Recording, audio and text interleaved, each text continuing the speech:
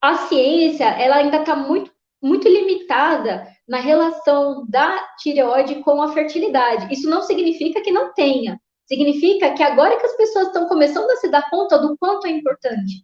Então, é legal vocês saberem que vocês estão tendo informações super novas, tá? Porque tudo isso é muito novo na ciência. É, a gente sabe que a tireoide é super importante na regulação tanto do sistema reprodutor masculino como do sistema reprodutor feminino, tá? Eu vou começar falando um pouquinho da feminina e depois a gente fala da masculina, tá bom? Então, a tireoide ela é super importante para a menarca. O que é menarca? É quando a menina tem a primeira menstruação. Então, esse start para a menstruação os hormônios da tireoide estão diretamente envolvidos. Ele também regula o ciclo menstrual, então todo mês tem a regulação aí, o tempo todo está tendo a regulação da tireoide com o sistema reprodutor feminino, tá? Então também é importante para a fertilidade e o desenvolvimento fetal, a gente vai ver mais para frente o quanto é importante que os hormônios tireoidianos maternos estejam em níveis adequados e né, com a sua atividade adequada, porque isso vai interferir diretamente na implantação, na formação da placenta e no desenvolvimento do feto. Tá bom? Isso também, lógico, também tem interferência no pós-parto, tem interferência na menopausa, na pós-menopausa. Então, os hormônios tiroidianos, eles estão relacionados em todo o ciclo reprodutivo feminino. Então, vamos falar, por exemplo, numa situação normal. O que acontece? As maiores concentrações de T4 melhora a produção de progesterona na fase lútea e aumenta o pico de estrógeno na fase folicular. E, Vanessa, por que isso é importante? Porque o estrógeno e a progesterona são os principais hormônios femininos. Então, a gente precisa ter essa regulação de uma forma adequada para que a gente consiga aí ter uma melhor fertilidade, tá bom?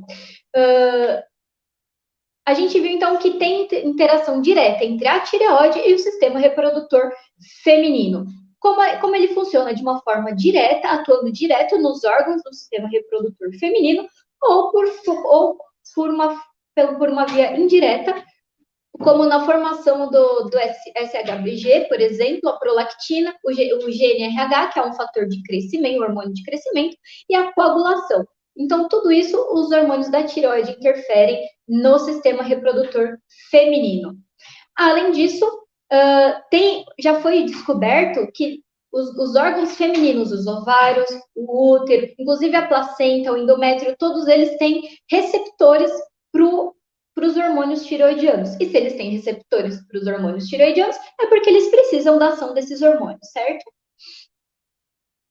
Além disso, gente, o T3 ele atua diretamente no oócito. Então, tem um efeito no FSH, por exemplo, que é o que estimula os folículos. Então, ele estimula os folículos e o T3 ele dá uma potencializada no FSH. Então, ele consegue aumentar um pouco mais o recrutamento dessas células e inibe também a morte de algumas células, né, que a gente chama de apoptose. Além disso, o T4 estimula a produção de progesterona. Isso é super importante no endométrio e é essencial para evitar a rejeição da mãe, do feto pela mãe. Por quê? Porque metade do DNA do embrião é da mãe, mas metade vem do pai, e essa metade é estranha para o organismo dela. Então, é importante que os níveis de testosterona estejam adequados para evitar que haja essa rejeição e um possível aborto. Tá? Então, o TSH é super importante para a implantação, o T3 também é super importante para a implantação. A placenta, ela regula de uma forma muito especial a exposição do feto a esses hormônios. Então, tem a quantidade certa, que nem eu falei para vocês, até a 20ª semana da gestação. O bebê, ele vive 100% dos hormônios provenientes da mãe, e aí depois da 20ª semana, lá para a 21ª semana, ele começa a produzir os hormônios dele. Isso não significa que ele não dependa mais, ele ainda depende sim dos hormônios da mãe, mas ele começa a produzir o dele, tá? Então, a placenta também é importante e ela tem, então, essa regulação da exposição do feto a esses hormônios, tá? O embrião, ele tem, então, esses receptores E isso influencia também diretamente na produção do HCG, que é aquele hormônio que a gente dosa para saber se está grávida, né? Então, esse hormônio é muito importante para quê? Para manter os níveis de progesterona alto. Porque o que acontece? Quando a gente ovula, fica lá um pedacinho, né, do que seria essa célula que é responsável pela produção da progesterona, que é o corpo lúteo. Então, a progesterona, ela vai sendo produzida. Se não engravida, a sua produção vai diminuindo e tem a menstruação. Porém, se esse óvulo que foi liberado, ele é fecundado pelo espermatozoide e vai gerar o embrião vai produzir o HCG e o HCG vai o quê? Vai estimular o corpo lúteo a continuar produzindo a progesterona, tá? Então é super importante que, que os hormônios tiroidianos estejam em níveis adequados para que o embrião possa produzir o HCG, tá? E aí, consequentemente, o corpo lúteo produzir a progesterona e manter essa gestação, tá? Além disso, o endométrio regula a implantação do embrião. E os hormônios tiroidianos, tanto o T3 quanto o T4, estão envolvidos nesse processo. Então, é importante que vocês estejam com T3 e T4 em níveis adequados para que a implantação ocorra de uma forma adequada e não haja perda, tá bom? Além disso, gente, as alterações na tireoide causam alteração no desenvolvimento sexual, na formação dos folículos, inclusive na formação dos espermatozoides, que a gente vai falar daqui a pouco, na fertilização, ou seja, no encontro do espermatozoide com o óvulo e também na embriogênese, no desenvolvimento desse embrião, tá? Mulheres com taxas normais dos hormônios tiroidianos e com uma função tiroidiana saudável, elas têm taxas menores de aborto. Ou seja, se eu tiver uma alteração nesses hormônios, a chance de aborto e falha na concepção vai ser maior. Tá?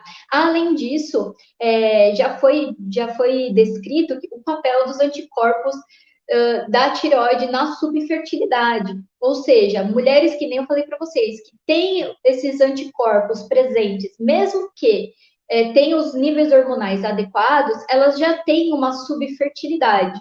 E é importante, então, a gente tratar isso e a gente vai ver que é possível, tá bom?